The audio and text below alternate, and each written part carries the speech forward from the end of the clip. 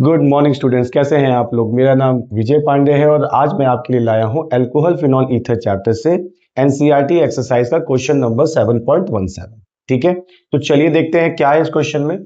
Question कह रहा है कि give equations of the following reactions. हमारे पास 4 पार्ट है इसके, जिसके में फर्स्ट पार्ट हम डिस्कशन करने जा रहे हैं। क्वेश्चन है कि oxidation of propane 1 all with alkaline KMnO4 solution. ठीक है, हमें प्रोपेन 1 ऑल का रिएक्शन कराना है अल्कलाइन KMnO4 से और प्रोडक्ट का फॉर्मेशन करना है, वो हमें शो करना है। पर इससे पहले हम कुछ कॉन्सेप्ट सीख लेते हैं इस क्वेश्चन का। ठीक है, इसके बाद इसका आंसर देखेंगे। कॉन्सेप्ट में हमारे पास क्या है, कॉन्सेप्ट में कि अगर आप 1 डिग्री अल्कोहल का रिएक्शन अल्कलाइन KMnO4 पोटेशियम पर मैग्नेट के साथ रिएक्शन कराएंगे, जो कि एक स्ट्रॉन्ग ऑक्सीडाइजिंग एजेंट है। OA मतलब ऑक्सीडाइजिंग एजेंट है। तो ये 1 डिग्री अल्कोहल को सबसे पहले किसमें कन्वर्ट करेगा, एल्डिहाइड में, और तुरंत किसमें कन्वर्ट कर देगा इसको, कार्बोक्सिलिक एसिड में। मतलब क्या कहने का है कि बीच में कुछ समय के लिए, ठीक है, एल्डिहाइड का फॉर्मेशन होगा और तुरंत ही ये फर्दर ऑक्सीडेशन होके कार्बोक्सिलिक एसिड दे देगा। इसका मतलब कहने का ये है कि अगर आपने इसके साथ रिएक्शन कराया तो फाइनल जो प्रोडक्ट है वो आपको कार्बोक्सिलिक एसिड ही मिलेगा। ठीक है, 1 डिग्री अल्कोहल का आपने रिएक्शन अल्कलाइन KMnO4 से कराया तो आपको फाइनल प्रोडक्ट क्या मिलेगा, कार्बोक्सिलिक एसिड। दूसरी बात देखिए, अगर आपने 2 डिग्री अल्कोहल का रिएक्शन अल्कलाइन KMnO4 से कराया तो क्या होगा, आपको सिर्फ और सिर्फ कीटोन मिलेगा। कीटोन मिलेगा, ऐसा क्यों, आप थोड़ा देखिएगा। अच्छा, अगर 1 डिग्री अल्कोहल बनाया जाए तो RCH और OH, ये 1 डिग्री अल्कोहल है। अगर 2 डिग्री अल्कोहल बनाए तो RCHROH। ठीक है, अब इसमें देखिए क्या खास है, इसके पास जिस कार्बन से OH जुड़ा हुआ है उस कार्बन के पास 2 हाइड्रोजन। ठीक है, तो उस केस में क्या होता है कि 2 OH होने की वजह से हम यहां पे इन बॉन्ड्स को आसानी से ब्रेक करके कार्बोक्सिलिक एसिड बना ले जाते हैं। यहां पे क्या है, एक ही H है। ठीक है, मतलब यही बॉन्ड ब्रेक हो पाएगा और यहां हम कीटोन तक तो पहुंच जाएंगे। अब इस कीटोन बनने के बाद ये फर्दर ऑक्सीडाइज नहीं हो सकता, क्योंकि हाइड्रोजन खत्म हो चुका होगा इस कार्बन से, और जब हाइड्रोजन खत्म हो चुका होगा तो इस कार्बन कार्बन के बीच का बॉन्ड ब्रेक करने के लिए एनर्जी बहुत ज्यादा चाहिए होती। इसका मतलब ये कीटोन पे ही जाके रुक जाएगा। तब आप समझ चुके होंगे 3 डिग्री में क्या होगा। फिर 3 डिग्री अल्कोहल का पहले स्ट्रक्चर देख लीजिए, RCRROH। अब यहां देखिए क्या इशू है, यहां तो हाइड्रोजन ही नहीं है, यहां हाइड्रोजन ही नहीं है, मतलब यहां पे 3 डिग्री अल्कोहल का रिएक्शन जब हम अल्कलाइन KMnO4 से कराएंगे तो नो ऑक्सीडेशन ऑकर, कोई ऑक्सीडेशन ही नहीं होगा, क्योंकि इसके पास हाइड्रोजन ही नहीं है ब्रेक करने के लिए। हाँ, अगर आपने बहुत ज्यादा ट्रेमेंडस कंडीशन दिया, बहुत हाई टेम्परेचर प्रेशर दिया, तो क्या होगा, कार्बन कार्बन के बीच का बॉन्ड ब्रेक होगा। ठीक है, और ये मिक्सचर्स देगा कीटोन का, कार्बोक्सिलिक एसिड का, ऐसा मिक्सचर देने लग जाता है। पर ये इसका नॉर्मल कंडीशन में इसका ऑक्सीडेशन नहीं होता। फिर से समझते हैं, 1 डिग्री अल्कोहल अल्कलाइन KMnO4 के साथ रिएक्ट करके डायरेक्ट क्या देता है, carboxylic acid. 2 degree alcohol alkaline KMnO4 के साथ रिएक्ट करके क्या बनाएगा, सिर्फ कीटोन। कीटोन के बाद आगे फर्दर ऑक्सीडाइज नहीं होगा।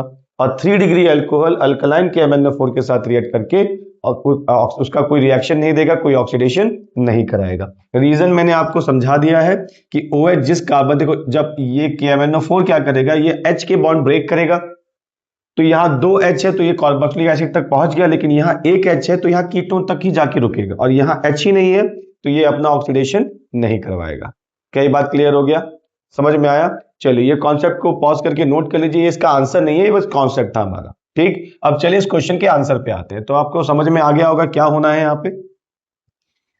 यहां पे अब हम प्रोपेन 1 ऑल लेते हैं। स्ट्रक्चर बनाना मैंने सिखा रखा है आपको कैसे।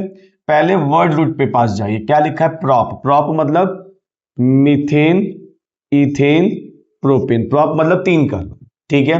अच्छा, एन मतलब इनके बीच में सिंगल बॉन्ड है, और फर्स्ट पोजीशन पे क्या लगा है, OH, तो हमने यहां पे OH लगा दिया।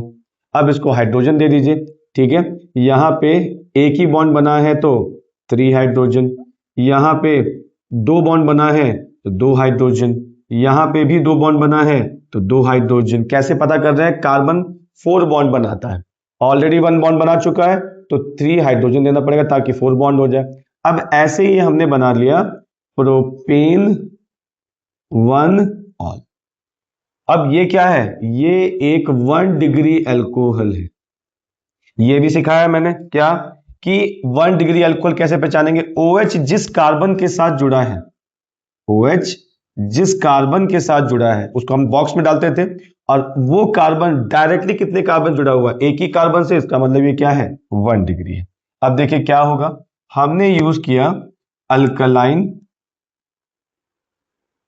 KMnO4। इसका मतलब क्या होता है अल्कलाइन KMnO4 का, इसका मतलब होता है कि KMnO4 को अल्कला बेसिक सोल्यूशन में मिलाया गया है, एक सोल्यूशन बनाया गया है KMnO4 plus alkaline solute base का। जो बेस अल्कलाइन क्या होता है, वो बेस जो वाटर में सॉल्युबल होते हैं, उनके साथ मिला के एक सोल्यूशन तैयार किया गया। अब ये क्या कर रहा है, ये इनको प्रोवाइड कर रहा है ऑक्सीजन। कितना ऑक्सीजन, 2 ऑक्सीजन ये प्रोवाइड करेगा, ठीक है।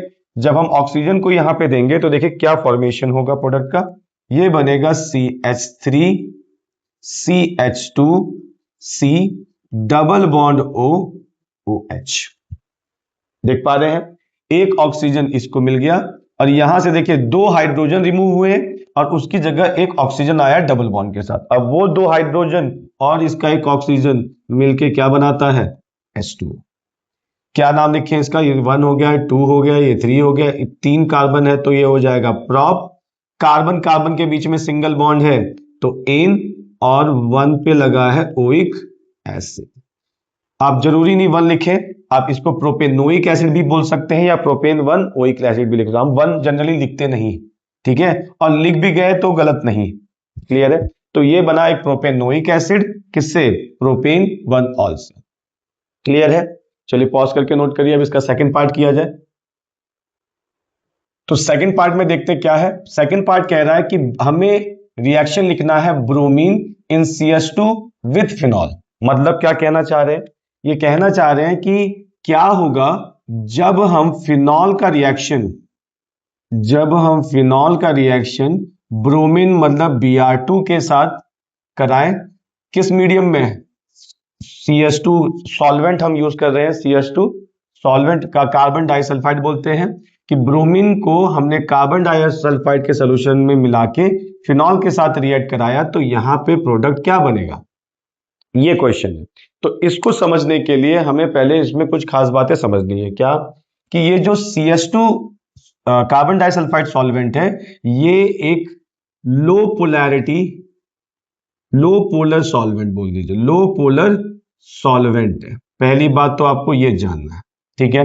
लो पोलर सॉल्वेंट होने से क्या होता है, आपको ना जो इस पे सब्स्टिट्यूशन होगा वो मोनो सब्स्टिट्यूशन होगा। मोनो मतलब एक Br एक समय पे बेंजीन पे जुड़ेगा, ठीक है। मतलब देखिए क्या, अच्छा, और क्या होगा, पहले रिएक्शन लिख लेते हैं फिर समझते हैं। तो जब हमने Br2 के साथ इसका रिएक्शन कराया लो पोलर सॉल्वेंट के प्रेजेंस में, तो देखिए प्रोडक्ट क्या बनता है, इसमें प्रोडक्ट बनता है OH। यहां पे एक ऑर्थो पोजीशन पे Br जुड़ जाएगा और एक पैरा पोजीशन पे Br जुड़ जाएगा, यहां पे ऐसा Br यहां पे जुड़ जाएगा, ठीक है। अब देखिए आप इसको बोलते हैं मोनो सब्स्टिट्यूशन, मोनो हेलोजन का सब्स्टिट्यूशन हुआ है, एक हेलोजन जुड़ा है, एक बार ऑर्थो पोजीशन पे और एक बार पैरा पोजीशन पे। पर अभी इससे पहले आपने क्या पढ़ा है कि ये जो बेंजीन है वो इलेक्ट्रोफिलिक सब्स्टिट्यूशन करता है। क्या करता है, इलेक्ट्रोफिलिक। मतलब इलेक्ट्रोफिलिक का मतलब क्या है कि E+ के साथ ही रिएक्शन करता है, ठीक है। पर यहां तो हमारे पास Br तो Br2 के फॉर्म में, मतलब इसको ब्रेक कराना है हमें Br प्लस और Br माइनस। जनरली ये काम कराने के लिए हम किसका यूज करते हैं, लेविस एसिड का। जैसे फॉर एग्जांपल FeBr3, ये क्या करता था कि ये Br2 को ब्रेक करता था Br प्लस और Br माइनस में, पर यहां पे इसके साथ रिएक्शन कराने में हमें इसकी जरूरत नहीं है। क्यों नहीं है, क्योंकि यहां पे जो OH ग्रुप है वो इतना रिएक्टिव है कि वो इस Br2 को Br प्लस और Br माइनस के फॉर्म में ब्रेक करके मोनो सब्स्टिट्यूशन करा ले जा रहा है। ठीक है, ये बात का ध्यान रखिएगा, हमें यहां पे इसको इलेक्ट्रोफाइल बनाने के लिए लेविस एसिड की जरूरत नहीं है। अच्छा, एक बात आपने समझ लिया कि लो पोलर सॉल्वेंट में आपको ये प्रोडक्ट मिलेगा, इसका नाम भी लिख लीजिए, क्या बुलाएंगे, ऑर्थो ब्रोमोफिनॉल। ऑर्थो ब्रोमोफिनॉल, और इसको क्या बुलाएंगे, पैरा ब्रोमोफिनॉल। Para bromophenol. ठीक है, ये हमने बुला दिया और ये हमारे पास यहां पे है फिनॉल। अब ये हो गया इसका आंसर, पर आपको एक चीज और इंपॉर्टेंट जानना है, एक इंपॉर्टेंट बात और जानना है कि अगर ये लो पोलर सॉल्वेंट ना होके हाईली पोलर सॉल्वेंट में आपने इसका रिएक्शन करा दिया, जैसे कि क्या, ये अलग से कॉन्सेप्ट है, ये इसका आंसर नहीं है, ध्यान से देखिएगा। अगर आपने फिनॉल का रिएक्शन ब्रोमीन वाटर के साथ करा दिया, यहां पे आपने H2O ले लिया, जो हाईली पोलर सॉल्वेंट होता है, अगर आपने इसका रिएक्शन ब्रोमीन वाटर्स के साथ करा दिया तब आपको मोनो सब्स्टिट्यूशन नहीं होगा यहां पे। ठीक है, यहां पे पॉली सब्स्टिट्यूशन होगा। मतलब क्या कहना चाह रहे हैं कि एक ही रिंग में ऑर्थो पैरा ऑर्थो, ठीक है, एक ही रिंग में 3 Br जुड़ जाएंगे, यहां एक ही रिंग में 3 Br जुड़ जाएंगे, इसको हम 3 लगा दें तो ये 3 Br यहां जुड़ गए और यहां के जो 3 हाइड्रोजन है ये मिलके 3HBr बना लेते हैं। ऐसा रिएक्शन होने लग जाएगा। ध्यान रखिएगा कि अगर फिनॉल का रिएक्शन ब्रोमीन के साथ करा रहे हैं लो पोलर सॉल्वेंट के प्रेजेंस में, तब आपको एक एक हैलोजन यहां जुड़ता हुआ मिलेगा ऑर्थो पे और पैरा पे। पर अगर आपने हाईली पोलर सॉल्वेंट, मतलब एक तरीके से समझिए ब्रोमीन वाटर के साथ रिएक्शन करा दिया, तब आपको ये प्रोडक्ट मिलेगा। इसका नाम क्या होगा देखिएगा, अगर मैं इसका नंबरिंग करूं तो ये 1 2 3 4 5 6, क्या बुलाएंगे इसको, 2,4,6 ट्राई ब्रोमोफिनॉल। ट्राई ब्रोमोफिनॉल इसका फॉर्मेशन होगा। क्या ये बात समझ में आया? इसके साथ हम ये बात इसलिए डिस्कशन कर रहे हैं क्योंकि इस पे तो इन्होंने क्वेश्चन बना दिया, अभी इसके ऊपर तो क्वेश्चन नहीं है, तो अगर इसके ऊपर क्वेश्चन आया तो आप दोनों में कंपैरिजन अच्छे से समझ पाएंगे। ठीक है, कि लो पोलर में क्या बनेगा और हाई पोलर सॉल्वेंट में क्या बनेगा। ठीक है, चलिए पॉज करके नोट कर लीजिए, फिर नेक्स्ट क्वेश्चन देखते हैं। ओके, नेक्स्ट क्वेश्चन में देखिए क्या कह रहा है कि हमें फिनॉल का रिएक्शन कराना है डाइल्यूट HNO3 के साथ। ठीक है, अब इसमें भी देखिए 2 केसेस रहते हैं, अभी हम इस रिएक्शन को करा के देखते हैं क्या होगा। देखिए, हमने लिया यहां पे फिनॉल और इसका रिएक्शन करा दिया हमने डाइल्यूट HNO3 के साथ। ठीक है, यहां पे जो इलेक्ट्रोफाइल है वो होगा NO2+। ठीक है, अब क्योंकि डाइल्यूटेड है तो NO2+ एक बार तो ऑर्थो पोजीशन पे और एक बार पैरा पोजीशन पे आके जुड़ता है। ये देखिए, एक बार ये बनेगा और एक बार OH किया तो यहां पे NO2 बनेगा। ठीक है, ये है हमारा फिनॉल, इसको कहेंगे हम ऑर्थो नाइट्रोफिनॉल, इसको कहेंगे हम पैरा नाइट्रोफिनॉल। ठीक है, अच्छा, ये आपका मेजर होगा क्योंकि स्टेबल फॉर्म में होगा, और ये क्या होगा, माइनर होगा। इसके बारे में आपने समझा है क्या कि इसको हम अगर सेपरेट करना चाहते हैं तो हम कौन सा प्रोसेस यूज करते हैं, स्टीम डिस्टिलेशन। ये बात हमने उस टॉपिक में कवर किया हुआ है। ये स्टीम डिस्टिलेशन से सेपरेट किया जा सकता है। इसके अंदर क्या बनता है, इसके अंदर बनता है इंट्रा मॉलिक्यूलर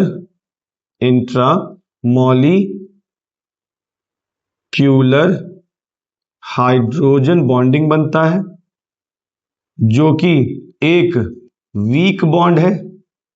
ठीक है, ये एक वीक बॉन्ड बनाता है, जिसके ये वजह से ये हाईली वॉलेटाइल हो जाता है। हाईली वॉलेटाइल मतलब वेपर बनने की टेंडेंसी। और इसमें क्या बनता है, एक स्ट्रॉन्ग बॉन्ड है,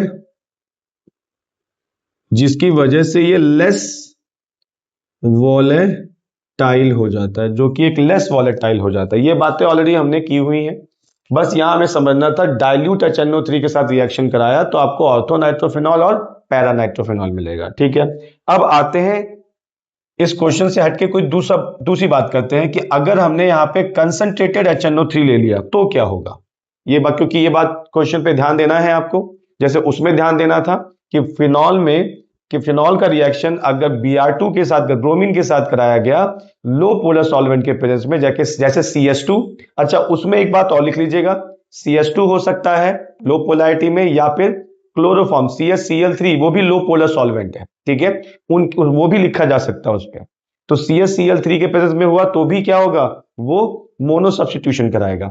यहां पे हमें ध्यान देना है कि डाइल्यूट HNO3 के साथ रिएक्शन कराया तो भी मोनो सब्स्टिट्यूशन मिलेगा। लेकिन अगर हमने फिनॉल का रिएक्शन कॉन्सेंट्रेटेड HNO3 के साथ रिएक्शन करा दिया, कॉन्सेंट्रेटेड HNO3 के साथ रिएक्ट करा दिया, तो आपको पॉली सब्स्टिट्यूशन देखने को मिलेगा।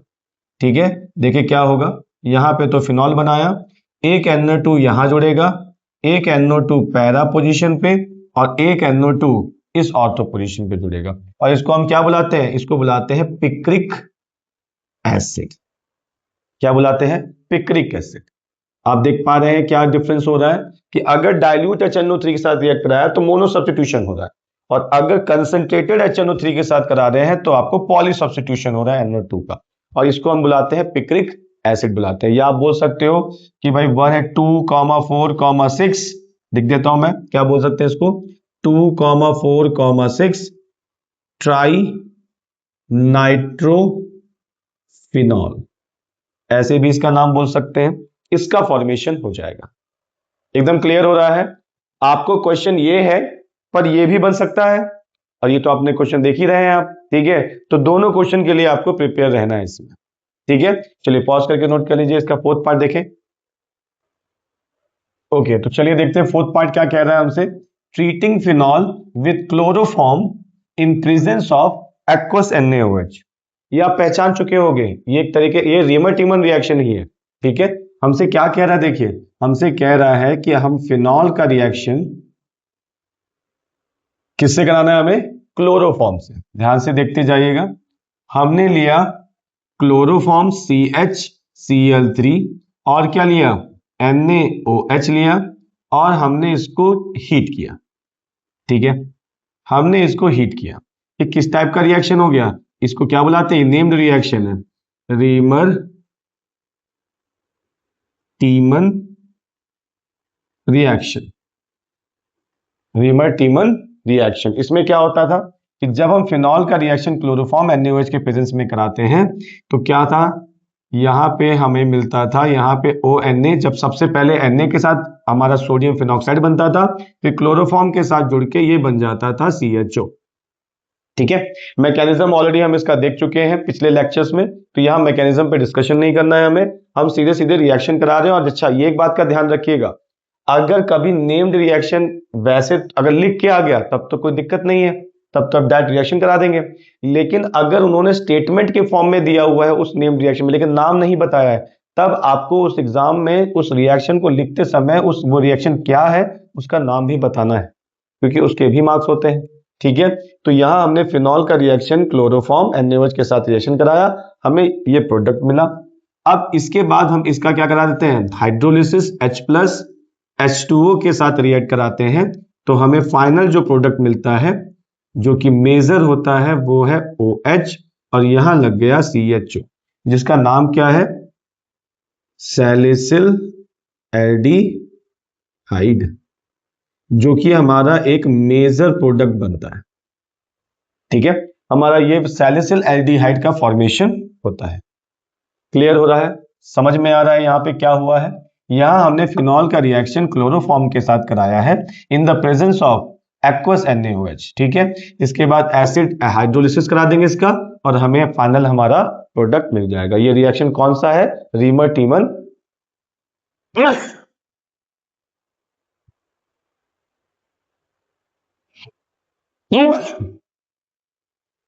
ये रिएक्शन कौन सा है? Reamer टीमन reaction. क्लियर है? चलिए पॉज करके नोट कर लीजिए। Thank you.